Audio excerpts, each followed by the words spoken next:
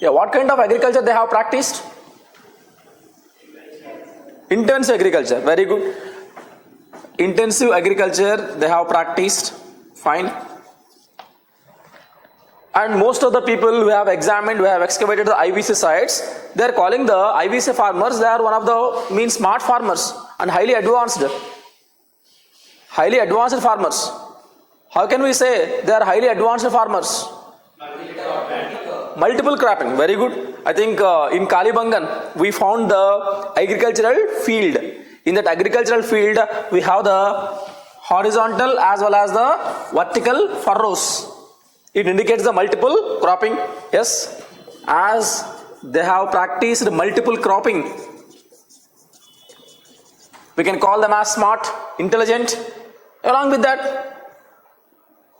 let's say for example, some of you are coming from the villages. In villages, on what basis farmer will take up the agriculture? Fertility of the land, very good. We have to assess the quality of the land. Okay. And for which crop this land or this soil is going to be suitable. Am I correct or not? You can't grow all the crops in all the lands. For paddy, for rice, for wheat, for cotton, okay, it requires a certain quality of the soil. Some red soils, black soils, alluvial soils. First of all, that farmer, he must have the knowledge, awareness about the quality of the soil. And he must know about in which soils they can cultivate the so and so crop. Then what else? Availability of the water, very good. Whether water is available or not. Yes, they have provided the irrigation. They have provided irrigation. And how many types of irrigation are there? We have 3 types of irrigations. One is well irrigation. Well irrigation was so dominant in the IVC, and we have seen that public wells in every street as well as private well in each and every house. So they have practiced well irrigation. And second one is tank irrigation. Tank irrigation means, in our villages we have the tanks, and the tanks provide the water. Then what is the third type? Canal irrigation. Canal irrigation. Did they practice canal irrigation? Yeah. Why?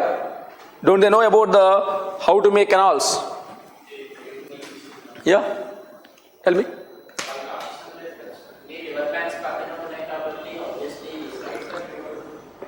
Let's say for example, how many cities or how many villages you can expect exactly on the river banks? Even though you are on the river banks, water will not come to your field. What do you have to do? You have to make the canal. Am I correct or not? Let's say for example, if Godavari is flowing in your district, can you expect the water to every farm, every field in the village? It will not be possible. So definitely, either they have to rely upon the tank irrigation or the well irrigation, or they have to go for the canal irrigation. Now, did they practice canal irrigation or not? Yeah. Though they were on the river banks of various Indus rivers, Indus tributaries, they have never practiced the canal irrigation, except only in the Dholavira. The reason is, all the IVC rivers, they are all in the young stage. Now every year they are giving the floods. Imagine that, here you have a village. Now here Indus river, it was flowing. If you dug up a canal to your village, to your farm, then what will happen? During the normal times it's fine.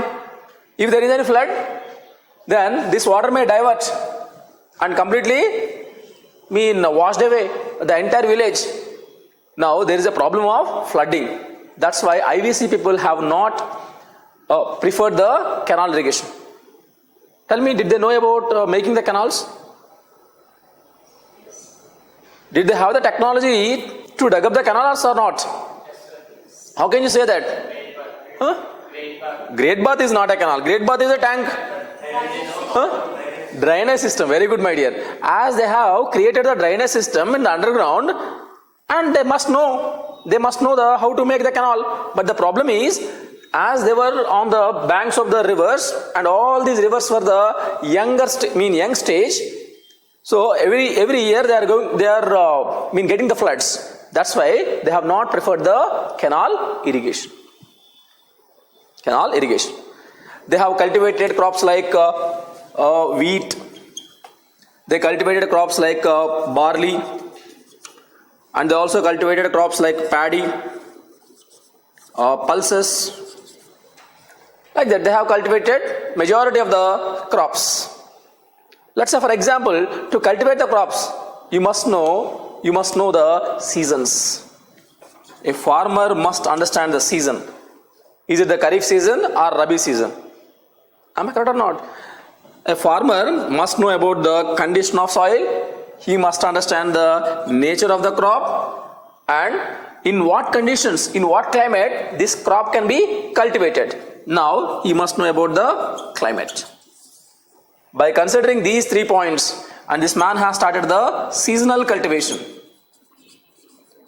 Seasonal cultivation. Fine. Then what else?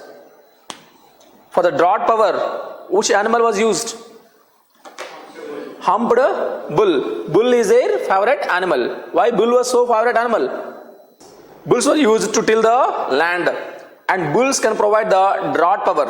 But whereas the cow cannot provide the drought power.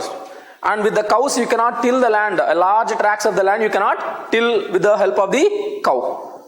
So now, bull was a favorite animal. Let's say, for example, okay, fine.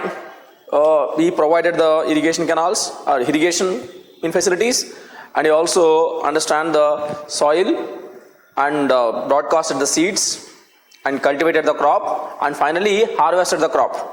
Then how could he transport from one area to the other area? Yeah? Bullock carts. Bullock cart is the chief means of transport. Bullock cart is the chief means of transport. Now, in all the IPS sites, we found various toy objects of the bullock carts. So with that we can say only bullock cart or ikka is the chief means of transport. Fine. With this agriculture they have provided a wonderful production, agricultural surplus.